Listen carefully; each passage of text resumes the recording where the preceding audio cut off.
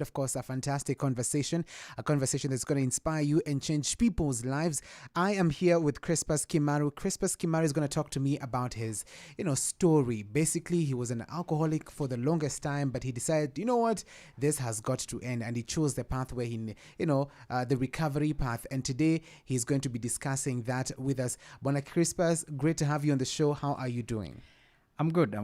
Everything is good? Yeah, everything is good. This is not the first time you're here on Nation FM, right? Yeah. I've been here once more. Okay, that's interesting. Yeah. I love what you do because you're basically inspiring young people, old people, people who are stuck in a very, bad behavior that is taking a toll on their lives, which is why I want to talk about it today. Please introduce yourself to us first, what you do, and how long you've been doing it.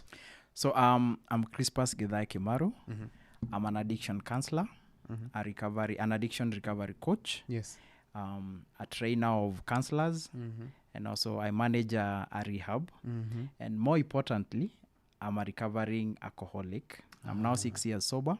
Wow. And that is after 17 years of struggling with alcohol and sex addiction. And it was a traumatic period, and I'm happy to share the gift of sobriety, because there are millions of Kenyans who are struggling with the same. Yes. And most of them are complaining that the caregivers, the people who are supposed to be helping them, that's the family, yes, teachers, many people around them don't understand them. And that's why I'm feeling like we have to raise awareness.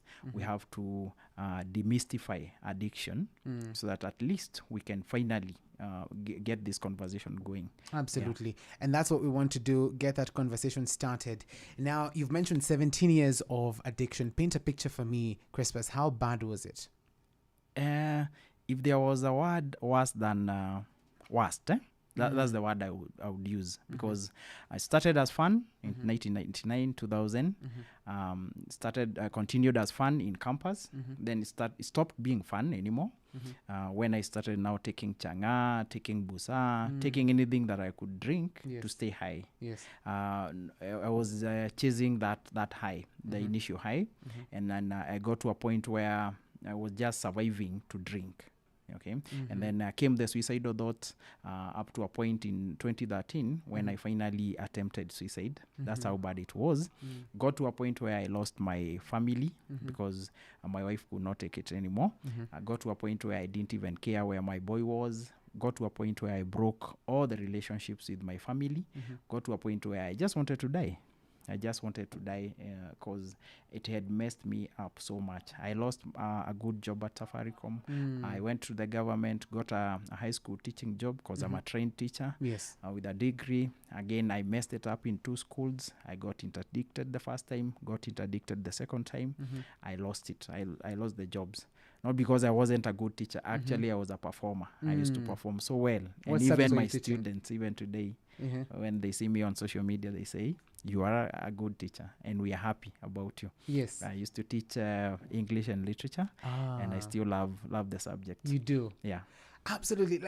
You've just basically painted that picture, and I'm like, that must have been a very traumatizing moment for you. Within the 17 years, how many times did you want to quit? Did you ever want to quit within the 17 years? Almost every day. Every single morning at 3 a.m. when I would wake up, and I know this, I'm speaking to somebody who is in addiction right now.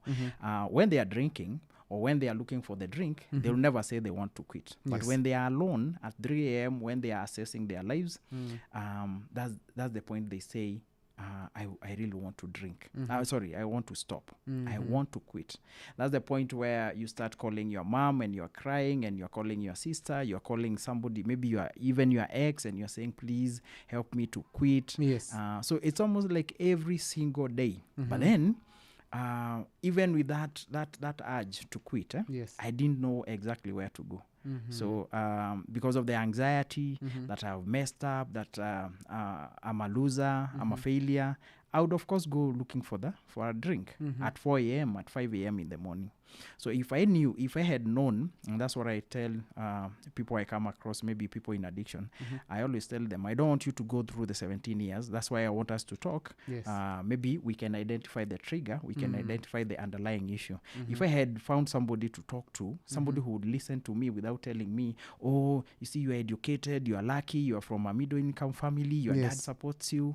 If I had found somebody early enough, because finally I found somebody to talk to me, I wouldn't have gotten that bad.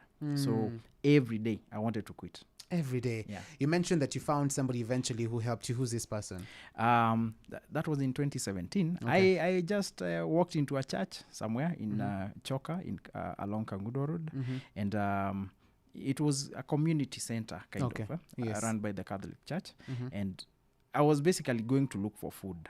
It was after 3 days staying without food, after binge drinking everything I had, and I felt like I was unwell. I would die. So I kind of even crawled. It was at night. I went, and there were so many people who were seeking help, of course not from addiction. Some were looking for food, help with their kids and all that. And I just went and told that guy, I think a seminarian or somebody, but somebody who was working in the church, and I told him, I want to talk to you, but I don't want to talk in front of these people. And then I asked, will you give me food? Yes. Because I haven't eaten. They told me, yeah, I'll give you food. And we walked aside. Actually, he told the ladies who were queuing that let me talk to this guy. We talked. And I remember we talked, and I cried my heart out. And for once, I saw somebody just listening. I would pause and think, oh, this guy is sleeping or something. Yes. And then he would tell me, go on.